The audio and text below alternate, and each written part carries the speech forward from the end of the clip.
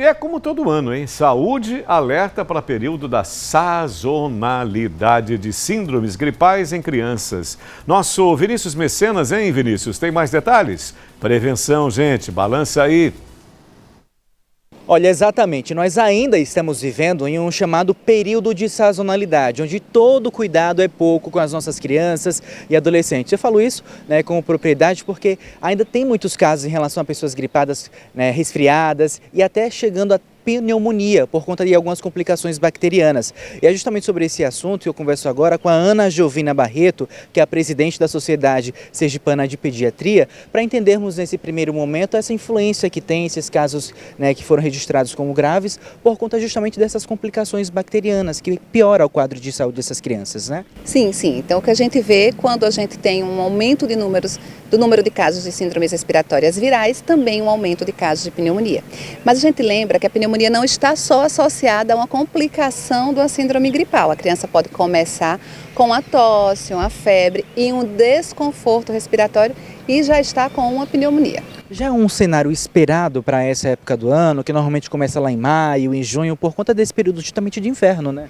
Sim, é esperado. É esperado esse período que a gente chama do período da sazonalidade, é esperado todo ano. Quando começa o outono, as pessoas começam a ficar mais dentro de casa, no inverno principalmente, e os vírus circulam mais. A transmissão do vírus é maior. Então a gente tem muitas pessoas adoecendo ao mesmo tempo, como a gente viu na Covid. Lembra da Covid? Era fique em casa para você não se contaminar.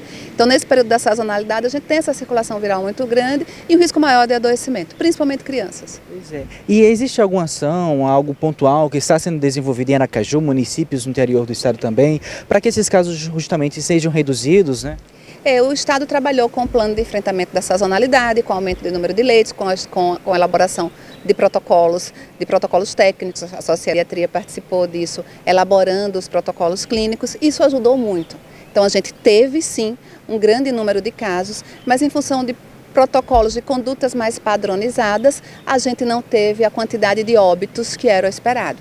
Felizmente, graças a Deus, esse ano de 2024, apesar de ter sido um ano difícil, de hospitais lotados, de UTIs lotadas, nós tivemos um resultado melhor em relação à mortalidade. Ou seja, então, apesar de estarmos ainda nesse período de sazonalidade, já há leitos disponíveis para essas crianças? Sim, quando chegam as férias, diminui a quantidade de casos, né? Então, retornam as férias, começamos a ter quadros gripais, quadros respiratórios, mas com intensidade menor. Então hoje a gente tem sim um período de maior tranquilidade. Algum cuidado essencial nesse período que essas mães, pais, responsáveis devam ter justamente para que a criança não acabe pegando esse resfriado, essa gripe, pneumonia? A primeira coisa, o fundamental é vacina.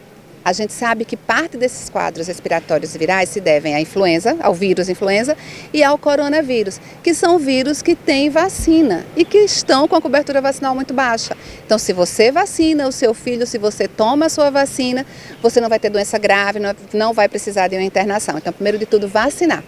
E segundo, a população de maior risco são as crianças, a criança pequena, menor de 6 meses de idade. Então, que essas crianças, nesse período de maior circulação viral, evitem aglomerações, que os pais evitem levar essas crianças para aglomeração. Leite materno, com leite materno também funciona, é o principal fator isolado que protege contra a infecção e contra a mortalidade. Então, tempo maior de aleitamento materno, alimentação adequada, hidratação, oferecer bastante líquidos para as crianças. Perfeito. Ana Giovina, muito obrigado pela sua participação, parabéns pelo trabalho, tá bom?